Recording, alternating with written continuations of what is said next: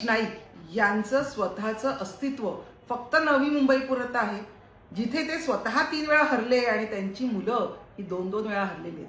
त्याच्यामुळे स्वतःचं नामोनिशाण मिटू नये म्हणून भाजपच्या वळचणीला गेलेल्या गणेश नाईकांनी एकनाथ शिंदे साहेबांवर बोलू नये.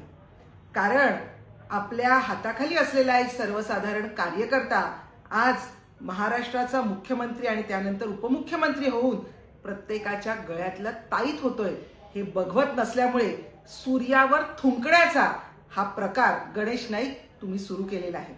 परंतु हे विसरू नका, त्यामुळे थुंकी तुमच्याच तोंडावर पडणार आहे. अहो, संपूर्ण नवी मुंबईत मिस्टर 5% म्हणून ज्यांची ओळख आहे, कळलं का तुम्हाला?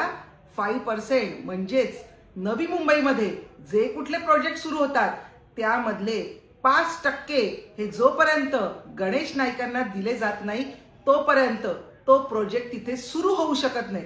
असं मी नव्हे, असे नवी मुंबईकर म्हणतात. त्यामुळे जे संपूर्ण महाराष्ट्रामध्ये लाडके भाऊ म्हणून बहिणींच्या गळ्यातले ताईत झालेले आहेत. अहो, जेव्हा जेव्हा शिंदे साहेब जिथे जिथे जातात तिथे तिथे महिला त्यांना भेटण्यासाठी गर्दी करतात. परंतु गणेश नाईक, आपण असं मी ऐकलंय की गणेश नाईक जिथे जिथे जातात तिथून तिथून महिला या पळून जातात, महिला त्यांच्यापासून दूर जातात. याचं कारण त्यांच्यावर असलेले गुन्हे. त्यांच्यावर कुठले गुन्हे आहेत, महिलांसंदर्भात कुठले गुन्हे आहेत, याची माहिती मीडियानेच द्यावी. कारण तेव्हा समजेल की गणेश नाईक ही व्यक्ती काय आहे. आज तुम्ही जे काही बोलतायत त्यांना आम्हाला अनेक पद्धतीने उत्तरं देता येतात, परंतु आपण आमच्या मित्र पक्षात असल्यामुळे जास्त बोलत नाही. जास्त बोलायला लावू नका, नाहीतर शिवसेनेची महिला आघाडी म्हणजे काय आहे हे आम्ही तुम्हाला दाखवून देऊ.